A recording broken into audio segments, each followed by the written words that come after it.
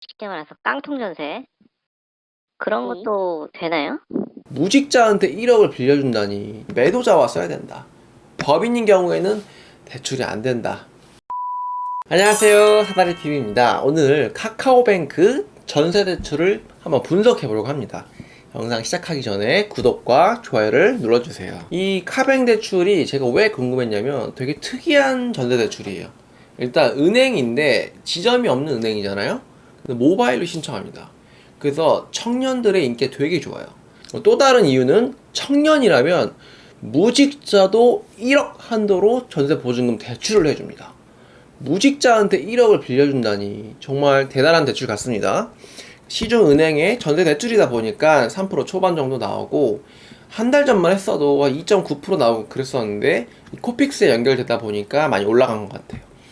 청년 전세 대출은 1억이고 한도가 일반 전월세 보증금 전세 대출은 2억 2,200만 원까지 대출되더라고요. 근데 의문점이 드는 게 이게 주택에 대한 이 한도는 얼마일까? 한도. 제가 요즘 책을 쓰느라고 전세대출 제도를 분석을 하고 있는데 카뱅은 좀 특이한 게 많아요. 이 주택에 대한 한도라는 게 따로 없더라고요. 그럼 궁금한 게 매매가를 넘긴 전세가도 될까? 이게 첫 번째로 궁금했고, 갭 투자, 그러니까 매매 진행 중인 상태에서 계약서를 누구랑 써야 될까? 부동산에서는 매수자랑 써도 된다고 하는데 가능할까? 매수자랑 써야 되나? 매도자랑 써야 되나? 그게 궁금해서 제가 콜센터에 직접 전화를 한번 해봤습니다. 한번 같이 들어보실게요. 무엇을 도와드릴까요? 예, 안녕하세요. 그 전월세 보증금 네. 대출 한도가 2억 2,200으로 나와 있는데 네. 요게 이제 매매가랑 전세가랑 거의 붙어 있는 경우가 있잖아요. 쉽게 말해서 깡통 전세 그런 네. 것도 되나요? 저희는 기준이 이제 그 보증금 네. 계약서상의 보증금 기준으로 진행이 되시는 거니까요, 고객님. 아, 매매가가 매매가 따로 뭐 네. 기준이 되지는 않고요. 네네. 제가 1억 5천, 그러니까 여기 실거래가가 매매가 실거래가가 1억 5천 정도 되는 건데 그 네. 전세 시세가 1억 6천이더라고요. 오피스텔인데 네. 요런 네. 것도 그럼 가능하다는 소리네요. 그러니까 그 부분에 있어서 따로 제한되어 있는 내용은 없고요. 아, 임차 보증금이 그러니까 네. 수억 원은 7억 원, 네. 지방은 5억 원 이하의 임대차 계약을 체결하신 고객님이 신청을 네. 하실 수가 있고, 네네. 임차 보증금 5% 이상 계약금 납입한 사실이 있는 경우에 진행하실 수 있는데, 음, 보증금 기준으로 해석이 되는 상품이기 때문에 네. 뭐 매매가라던가 이런 부분까지 아, 포함이 되는 내용은 아니죠. 이게 근데, 계약서상의 네. 내용으로. 네네. 이게 매매 거래가 그 진행 중인 건데 제 전세 잔금으로 이렇게 매매 잔금을 치른다고 하더라고요. 이런 경우도 가능한가요? 네네. 진행하실 때 이 부분만 유의하시면 돼요. 그 매매 중일 때라고 해서 진행이 안 되시는 거는 아닌데, 네. 그 등기부 등본상에 나와 있는 네. 이름하고 계약서상에 나와 있는 임대인 정보가 다 일치하는 경우로 진행이 되셔야 돼요. 아, 그러면은 계약서 작성하실 때. 네. 거기 매도자랑 계약을 해야 된다는 말씀이세요? 그렇게 진행하셔야죠. 그런데 될 때까지는. 부동산에서는 네. 뭐 그 매매 계약서 사본을 첨부하면 뭐 된다고 뭐 그러던데 진짜로 그래요? 타본이요? 그러니까 그 매수자랑 계약을 해도 된대요. 부동산에서는. 그러면서 하는 얘기가 매매 계약서 사본을 첨부하면은 뭐 되더라라고 하던데 그렇진 않나요?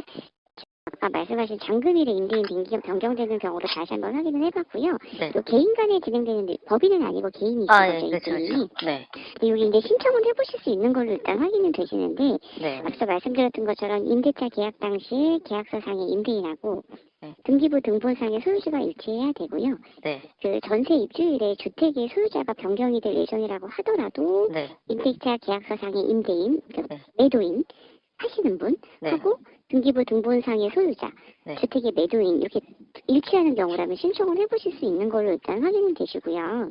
아, 그러면 네. 제가 전세 계약서를 매도인이랑 써야 된다는 얘기죠? 네, 맞습니다. 매도인과 작성하셔야 되는 거고, 왜냐하면 네네. 지금 등기부 등본상에 일치해야 되니까, 예. 그 일치하는 경우라면 신청을 해보실 수 있는데, 네.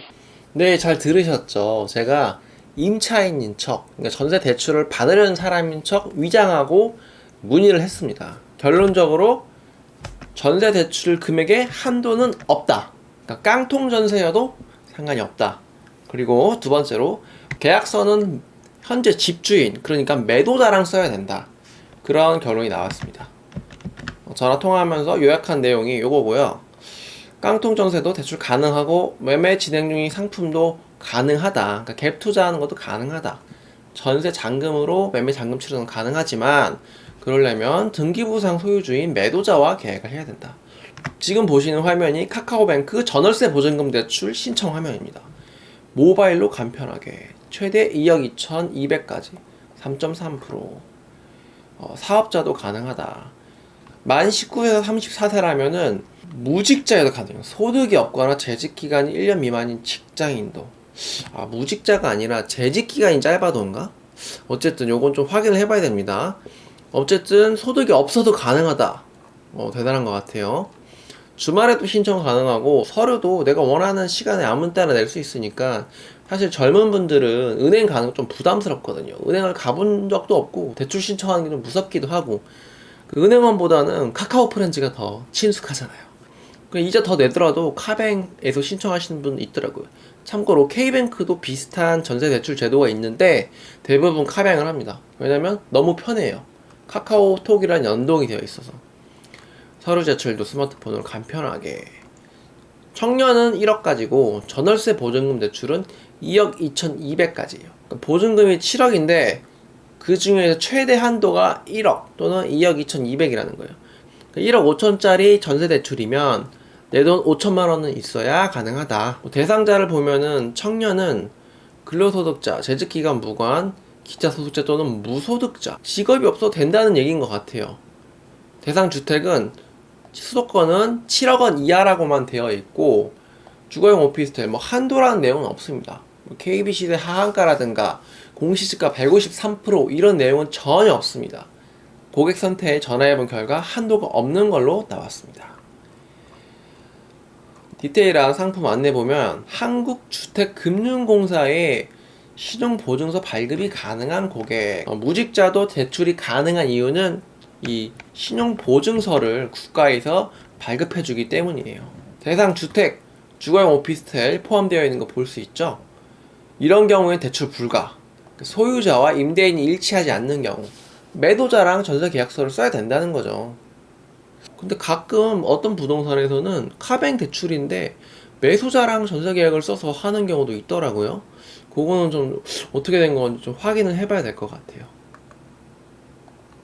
소유자가 개인이 아닌 경우, 그러니까 법인인 경우에는 대출이 안 된다는 거네요. 역시 법인은 전세 빼기가 어려운 것 같습니다. 근데 한 가지 알아둬야 될 점은 이거는 보증보험이 되는 전세대출 상품이 아닙니다.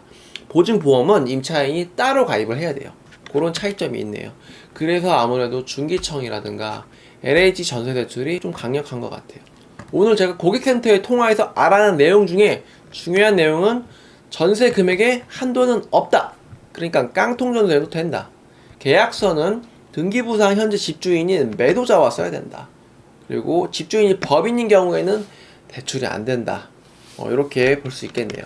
카뱅 대출 정말 궁금한 점이 많았는데 저도 오늘 고객센터 전화하면서 궁금한 점이 많이 해결됐습니다. 오늘 내용은 여기까지고요. 내용이 유익하셨다면 구독, 좋아요 눌러주세요. 지금까지 사다리TV였습니다. 감사합니다.